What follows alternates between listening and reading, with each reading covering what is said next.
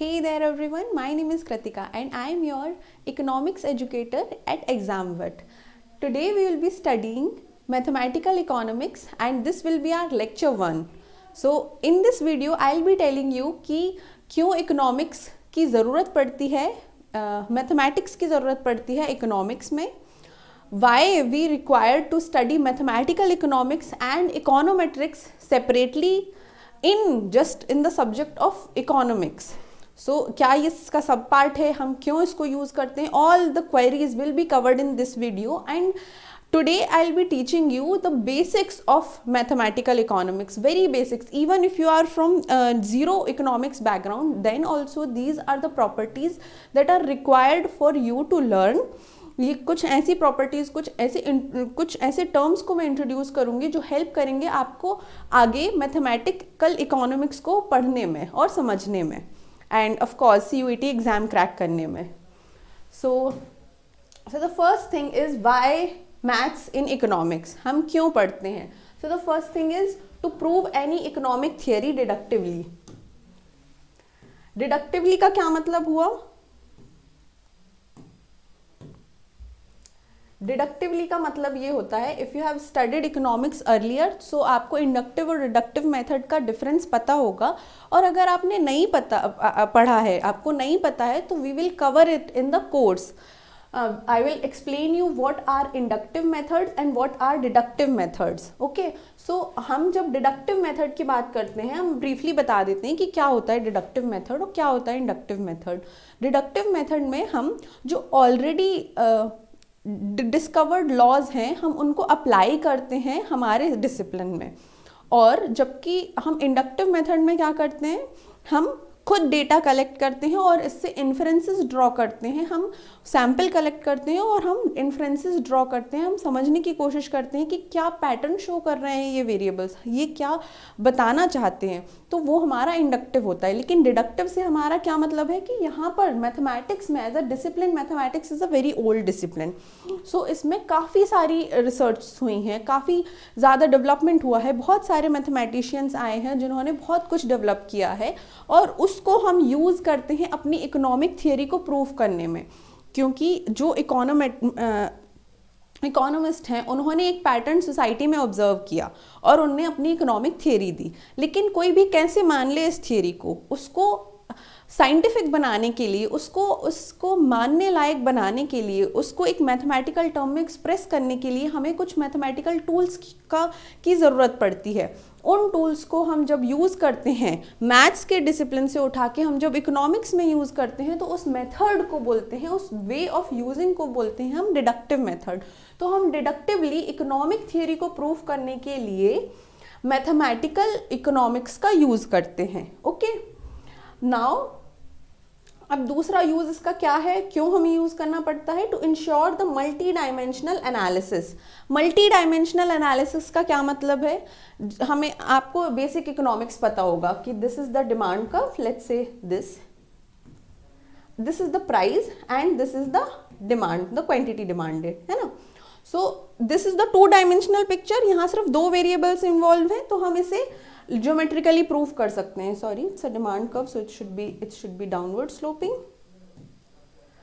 सो हम इसे प्रूव कर सकते हैं, हम इसे ज्योमेट्रिकली शो कर सकते हैं. लेकिन क्या हो अगर 2 से ज़्यादा हो, 3 होंगे तो भी हम डिफ़िकल्टी होगी हमें 3D वो करने में, मॉडलिंग तैयार करने में. लेकिन it is still possible geometrically, but it is not possible when more than 3 or 4 variables are involved in one analysis.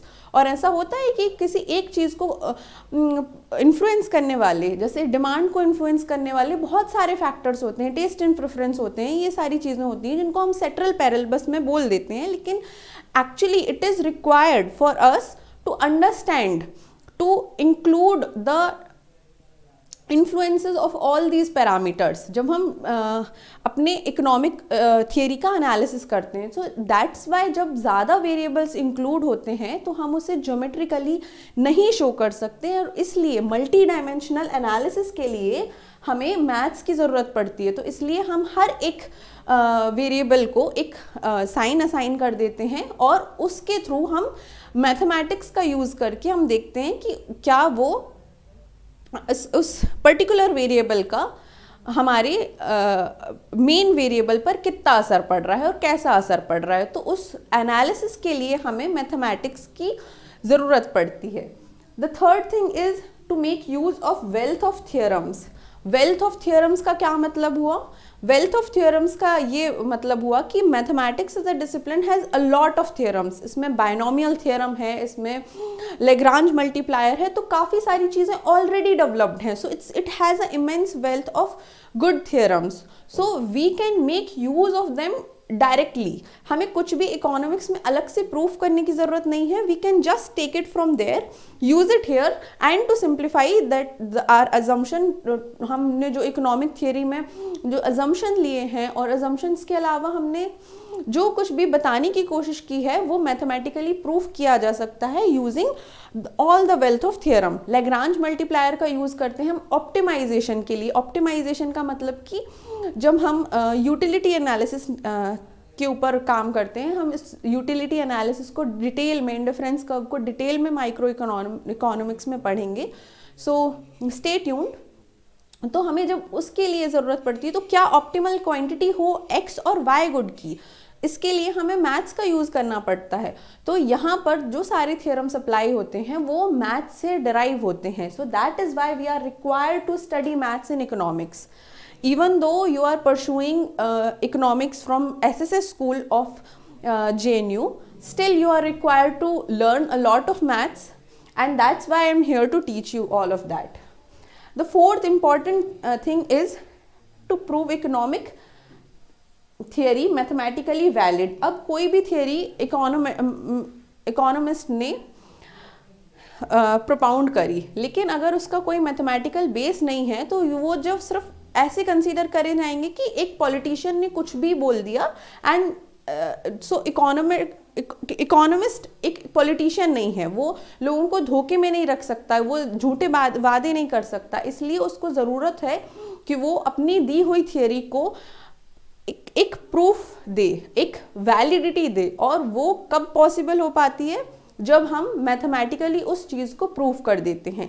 हर चीज़ के लिए, ऑलमोस्ट हर चीज़ के लिए मैथमेटिकल प्रूफ है इकोनॉमिक्स में, और तभी उस थियरी को वैलिड माना जाता है।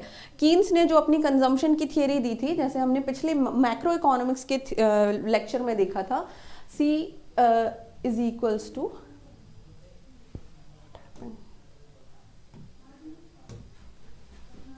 C is equals to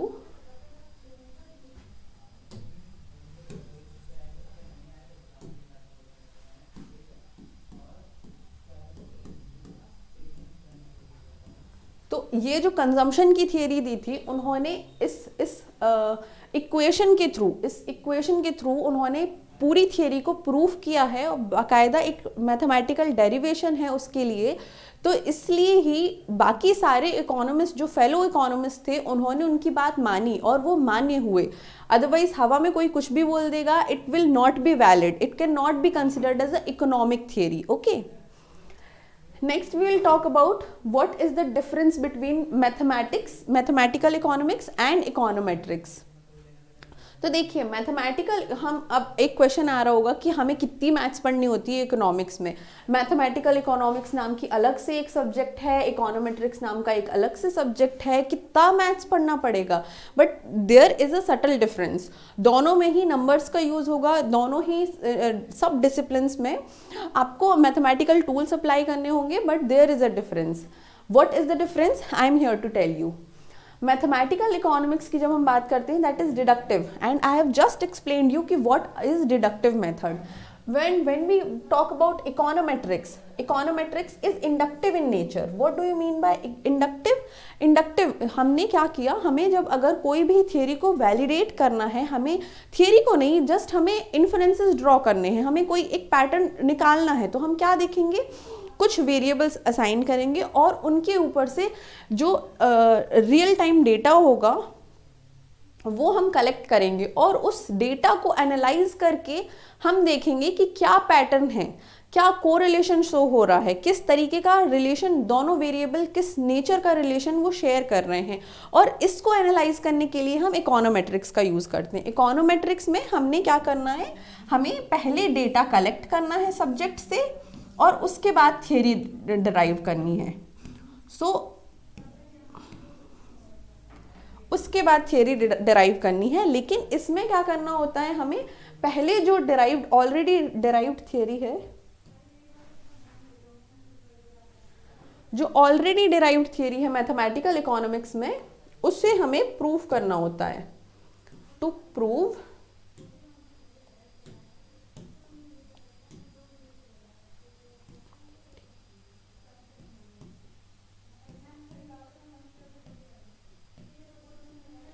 then prove.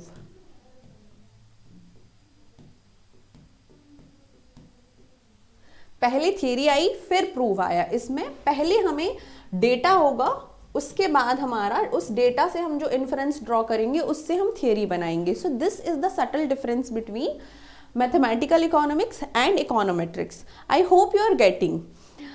अब हम आगे बात करते हैं कि इसमें और भी क्या अलग अलग डिफरेंस है। तो हम देख लेते हैं कि ये जो मैथमेटिकल इकोनॉमिक्स है ना, वो हमने जो मैथमेटिक्स है वो ऑलरेडी एक डिसिप्लिन है और हमने उसको डिडक्टिवली इसमें यूज़ किया है। तो mathematical economics is not a branch of economics, it is not at all a branch of economics. ये इकोनॉमिक्स का सब डिसिप्लिन नहीं है, लेकिन इकोनोमेट्रिक्स इकोनॉमिक्स से बना हुआ है। इकोनॉमिक्स पहले आई, उसके बाद इकोनोमेट्रिक्स आया। हमने इस सब्जेक्ट को बनाया ही इसलिए जिससे हम डेटा को एनालाइज कर सकें और कुछ नई इकोनॉमिक थियरीज को फॉर्मुलेट कर सकें, हम डेटा को एनालाइज करके पॉलिसी फॉर्मुलेशन में हेल्प कर सकें। So this is the sub discipline of economics, but this is not a sub discipline of economics.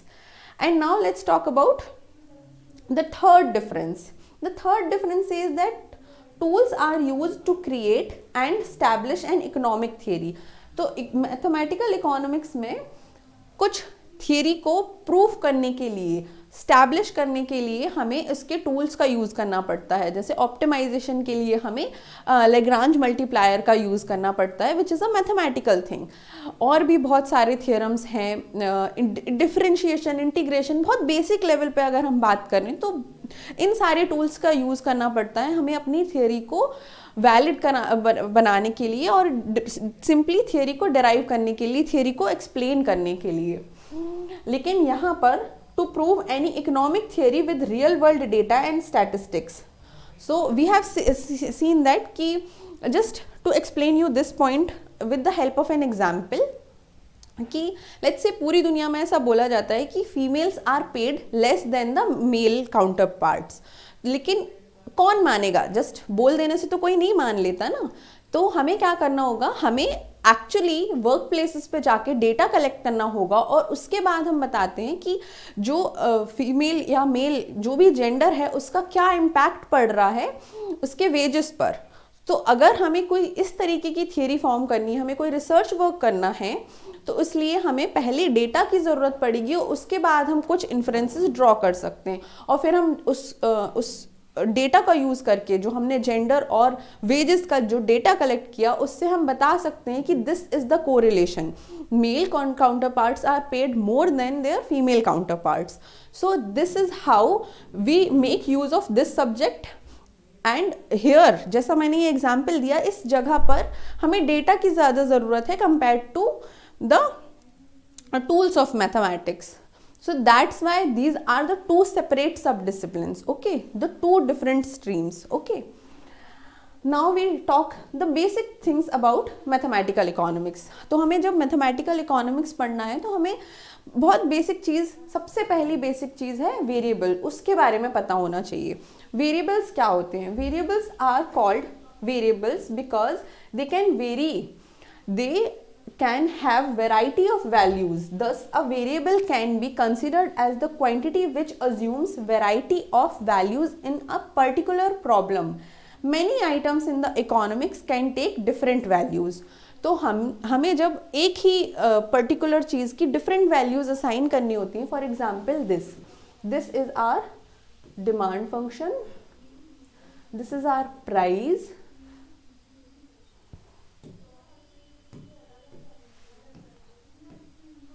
and this is our quantity. So at different point, what we are taking?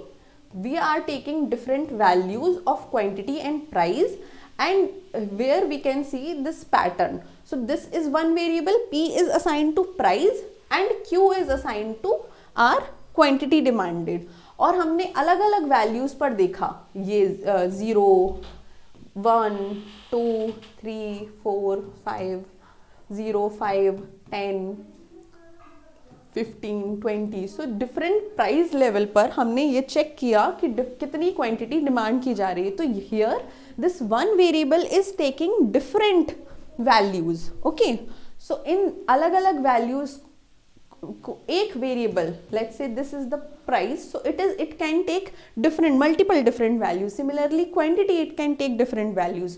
So this is one variable, this is one example. हम utility की बात करते हैं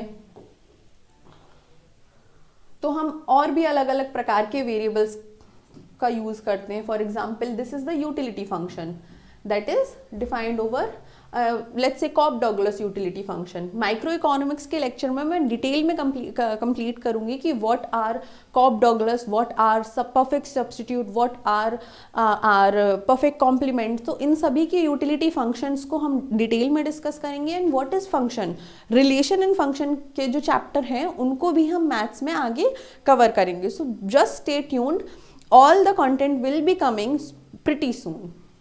So let's say this is the utility function. So this is one variable assigned to our utility. Okay, so this variable is showing us this is utility, the amount of utility that we are getting. This is utility.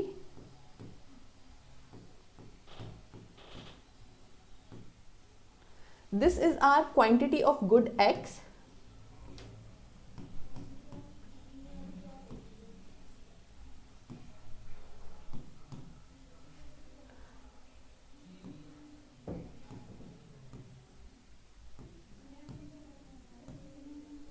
And Y denotes the quantity of good Y.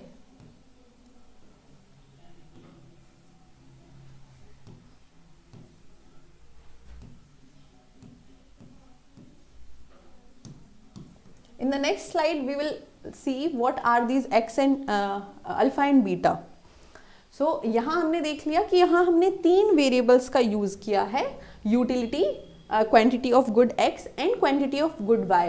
तो जो different amount of utility consumer is consuming at a different level of quantities of good X and good Y, ये हम variable के through denote कर सकते हैं. अब हम हर बार तो अलग अलग वैल्यूज असाइन करके नहीं लिख सकते ना. So we have assigned a one particular alphabetic value which take account of all these numerical values. Okay, so that's why we take variable in use. अब हम बात करते हैं what are constants. कांस्टेंट क्या होते हैं? Constant does not change over time. कोई भी नंबर, कोई भी हमने मैथमेटिकल टर्म अगर यूज किया है और उसकी वैल्यू ओवर टाइम चेंज नहीं हो रही है, so we can say that it is a constant. Let's take an example. This is our consumption function. C is equals to A plus BY. Okay, so now अगर हम time पर इस model को regret करेंगे तो हमें पता चलेगा कि जो कंजम्पशन है this is varying over time and income this is varying over time, है ना, because these are related terms. और ये दोनों जो टर्म हैं वो हमारे कहलाएंगी वेरिएबल. लेकिन जो ये टर्म है दिस जो हमने मैक्रो के वीडियो में, मैक्रो के लेक्चर 1 में कवर किया था कि इस टर्म को बोलते हैं हम ऑटोनोमस कंजम्पशन. और ऑटोनोमस कंजम्पशन जो होता है वो टाइम के साथ या कंजम्पशन या इनकम के चेंज होने पर वेरी नहीं करता. ऑटोनोमस कंपोनेंट हमेशा सेम होता है and this is the constant. So जब क्योंकि ये दूसरे वेरिएबल्स के चेंज होने पर चेंज नहीं हो रहा है तो हम इसे कांस्टेंट बोलेंगे. Okay, so this is also assign. सारे जो टर्म्स हैं इस पूरे इक्वेशन में वो अल्फाबेटिकल टर्म्स में लिखे हुए हैं, लेकिन हमें इनको समझना आना चाहिए कि this is variable, this is constant, this is a parameter. Now let's see what is parameter. Parameter नाम की क्या बला है. तो पैरामीटर्स क्या होते हैं? Parameter is a quantity that influences the economic unit, output और प्राइस और the behaviour of a mathematical object, but it is viewed as being held constant. Parameters are closely related to variables and the difference is something just a matter of perspective. कितनी प्यारी definition लिखी हुई है. Parameters are nothing but the constants which behaves like a variable. मतलब क्या है कि ये एक्चुअली जैसे हमने इस स्लाइड में देखा था, this is the consumption function. So this is also a constant. This is also one constant. It is also not varying over this and this, but it is making changes in it. This term is making changes in it. So जो term हम तो जो constant variable की तरह react करता है, वो very भी कर सकता है, वो वेरी नहीं भी कर सकता. So this complex nature of a variable or constant we can say is called parameter. अब हम इसके यूज देख लेते हैं. For example this is the function. Okay,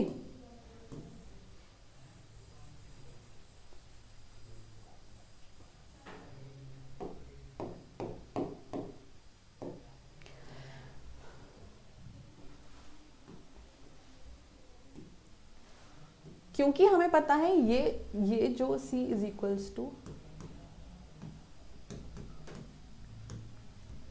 ये हमारे दो वेरिएबल हो गए, ये हमारा कांस्टेंट है और ये हमारा पैरामीटर है. जब ये कांस्टेंट है, पैरामीटर जब कांस्टेंट है, तो हमें कंजम्पशन फंक्शन कैसा देखने को मिलेगा?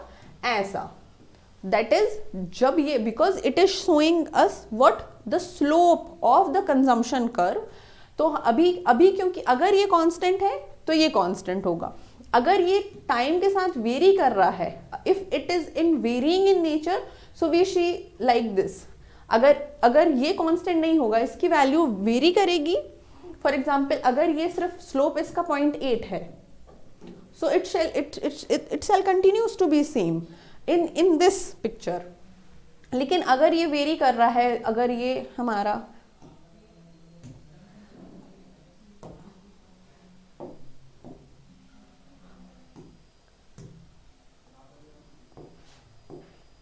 पॉइंट 8 हुआ, उसके बाद यहाँ पर आके थोड़ा घट गया slope, because slope is getting downwards. तो आपको पता है स्लोप घट रहा है यहाँ पर, तो यहाँ पे माइनस हो रहा है, नेगेटिव में आ रहा है, स्लोप कम हो रहा है, इससे कम हो रहा है.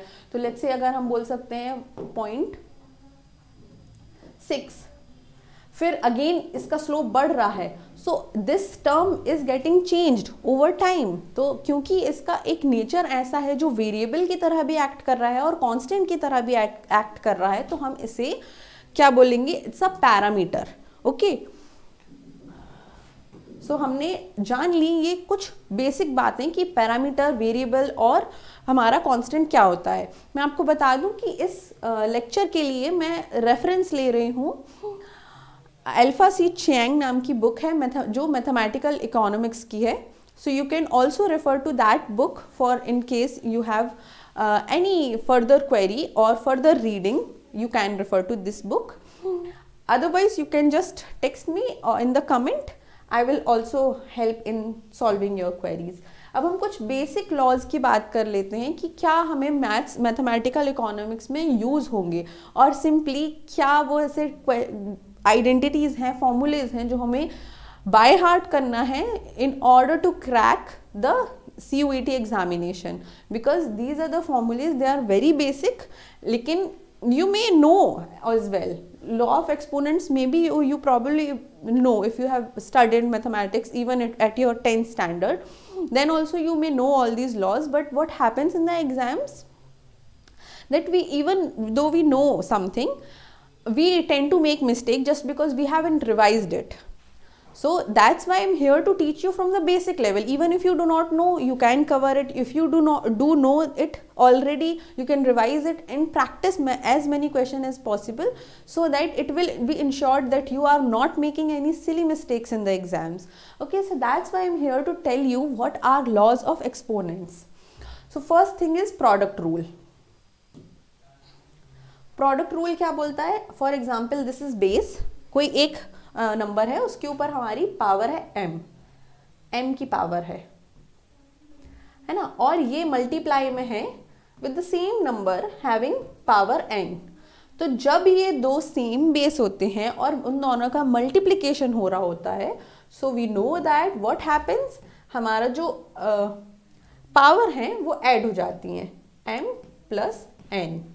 Okay, so let's take a numeric example here.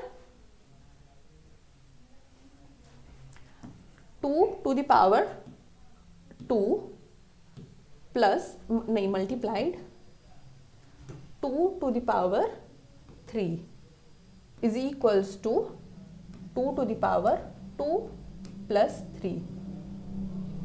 Let's now इसको सॉल्व करते हैं हम और देखते हैं left hand side right hand side दोनों एक जैसा आता है या नहीं। सो 2 to the power 4, 2 to the power 2 is 4 and multiplied 2 to the power 3 that is 8 and here 2 to the power 5.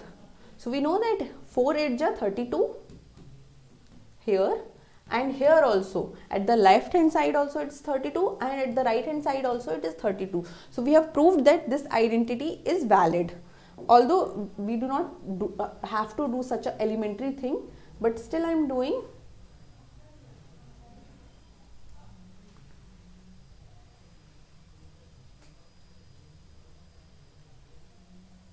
Let's not erase this.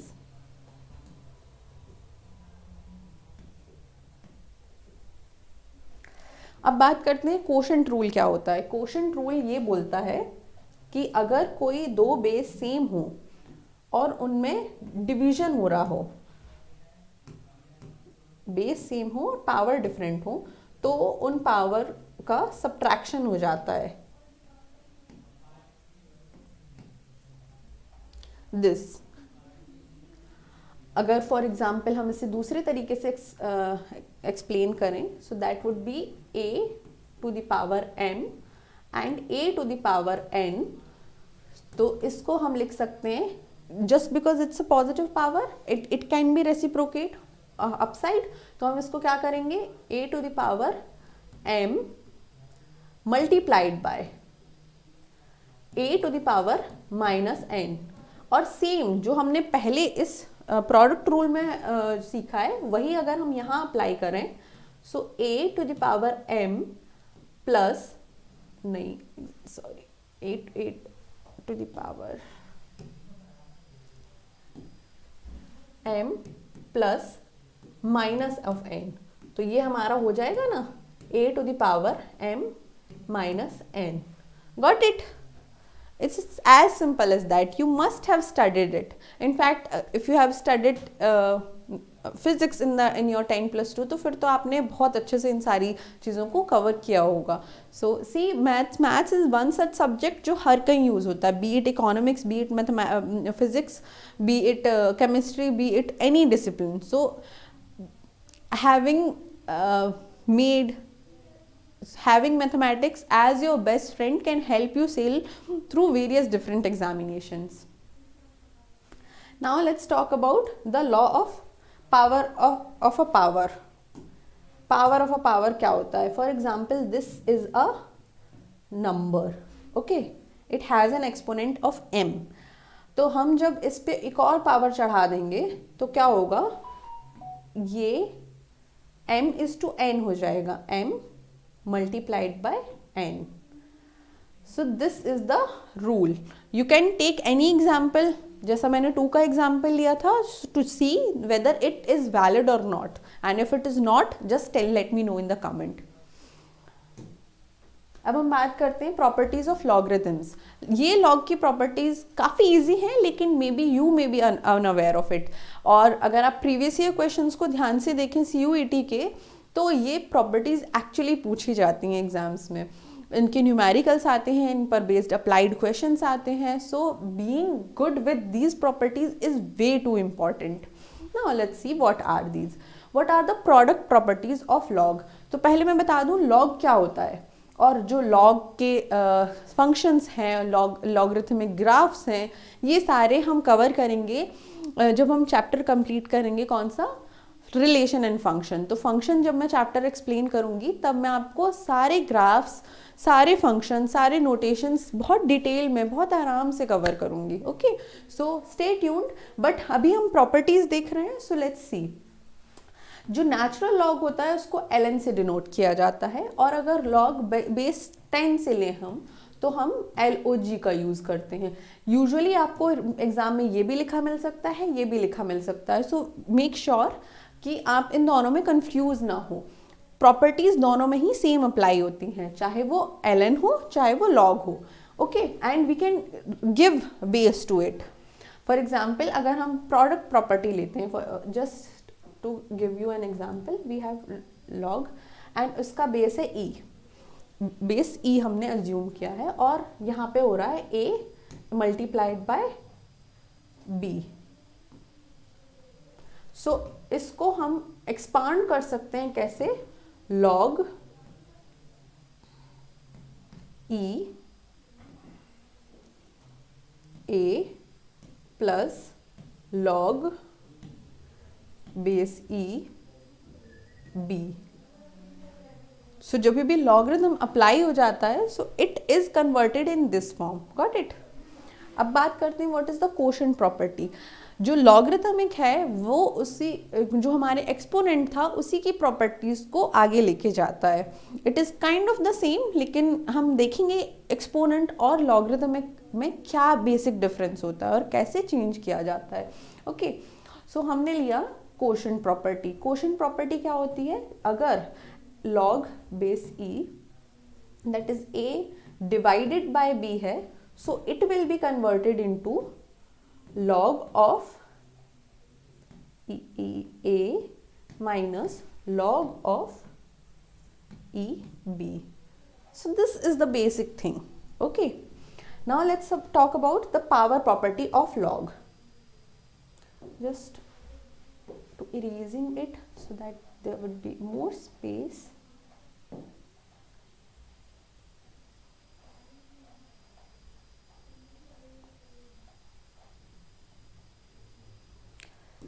What is power property? Power property ये बोलती है कि for example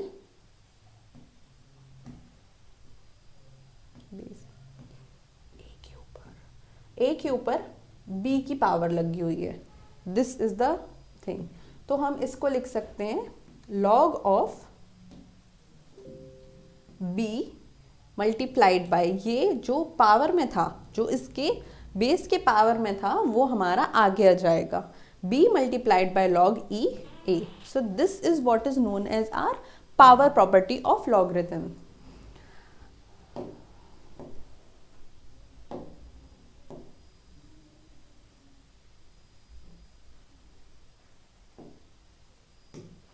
change the base property. Base change करना एक काफ़ी important thing होती है, और it is actually like I have seen in one of the PYQ of economic entrances it is being asked. So change the base property simply says that log EA can be converted into log, let's say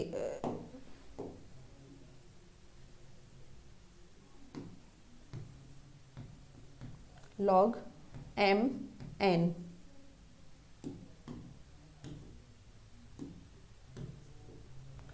this is the thing. और अगर हमें base change करना हो तो हम इसको क्या कर सकते हैं, log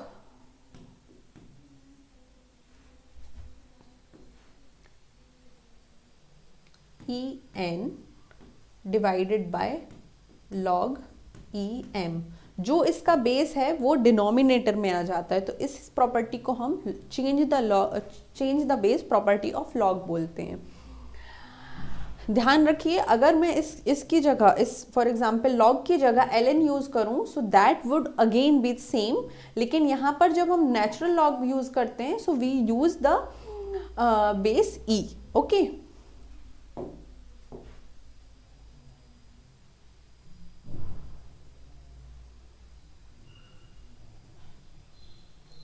what is reciprocal rule? Now reciprocal rule is quite important.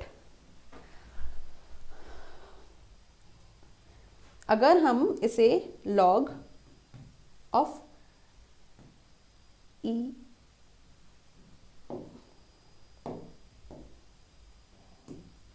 M base N को हमें बेस अल्टरनेट करना हो कि ये यहाँ आ जाए, ये यहाँ आ जाए, so what we will do 1 log of n m.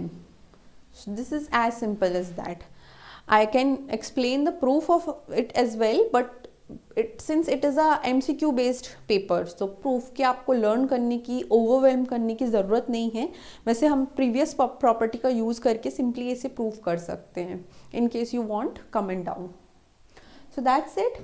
So now let's see what is the syllabus of mathematical economics written in the CUET PG syllabus. ये तो हमने बेसिक बताया कि क्या होता है मैथमेटिकल इकोनॉमिक्स, क्यों यूज़ होता है इकोनॉमिक्स में, क्या कैसे हम इसे पढ़ सकते हैं, क्या इसकी बेसिक प्रॉपर्टीज़ हैं. और बेसिक प्रॉपर्टीज़ में भी मैंने बहुत छोटा सा पार्ट कवर किया है. अलजेब्रा की बात करें तो they are a lot of properties, so it is quite a huge chunk. Although यहाँ पर सिलेबस में, CUET के सिलेबस में काफ़ी थोड़ी सी चीज़ें दी हुई हैं. बहुत ये 6 पॉइंटर्स में उन्होंने सिलेबस कन्फाइन कर दिया, बट एक्चुअली वो जब क्वेश्चंस पूछते हैं तो वो और भी अलग अलग डोमेन से क्वेश्चन पूछ लेते हैं. And we have to be careful because someone else who have studied mathematics can take an edge over us those who haven't. So यहाँ पर लिखा हुआ है sets and vectors. So obviously मैं ये जो लिखा हुआ सिलेबस है वो तो कम्प्लीटली 100% कवर करूँगी. उसके अलावा भी जिस चीज़ जहाँ से भी क्वेश्चंस पूछे जाते हैं I will cover all of that topic. For example sets and vectors तो है ही, but I will also cover relations.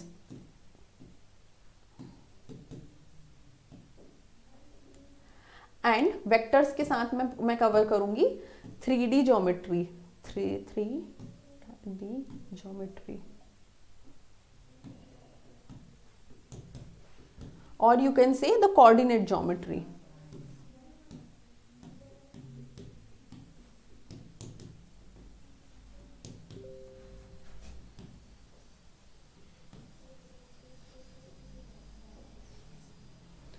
Coordinate geometry के भी lesson I will cover because these are the things that are being asked. And if you are unaware, but just because you are my students, so now it's my responsibility to teach you everything so that आपके पास सब कुछ रहे जो कि use होने वाला है exam में.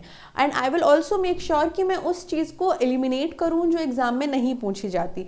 Sometimes it happens that differential equation दो चीज़ें लिखी हुई हैं, but actually of course these are two different things, but इनके जो क्वेश्चन हैं एग्जाम में काफ़ी कम पूछे जाते हैं. But still I will complete it, but the focus will be where जहाँ से ज़्यादा क्वेश्चंस आते हैं, क्वेश्चन के आने की प्रोबेबिलिटी सबसे ज़्यादा होती हैं.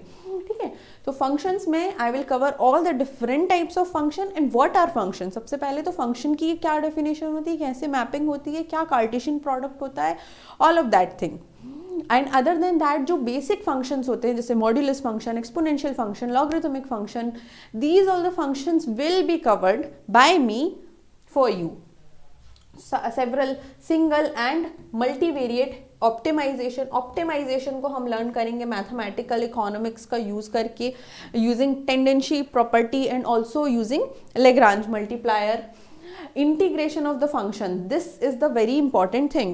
If you are not from mathematical background, it could be a very big headache for you because integration is subtle difficult. I won't imitate you by saying that कि ये काफ़ी difficult होता है, but it's but you are required a little bit of mentorship in order to understand the concept behind integration, the differentiation and all these things. Matrix algebra भी पूछा जाता है. In the previous year question there were questions of matrix and also determinants, so I will cover that. Other than that, linear programming, probability. Linear programming एक अलग चीज़ है और probability एक अलग चीज़ है. So this will also be covered in the mathematics. Although probability is a part of statistics, but it may be like it is a overlapping thing जो कि stats maths दोनों में ही पूछा जाता है, दोनों में ही इंपॉर्टेंट है. And other then this binomial theorem के भी क्वेश्चन पूछे गए हैं.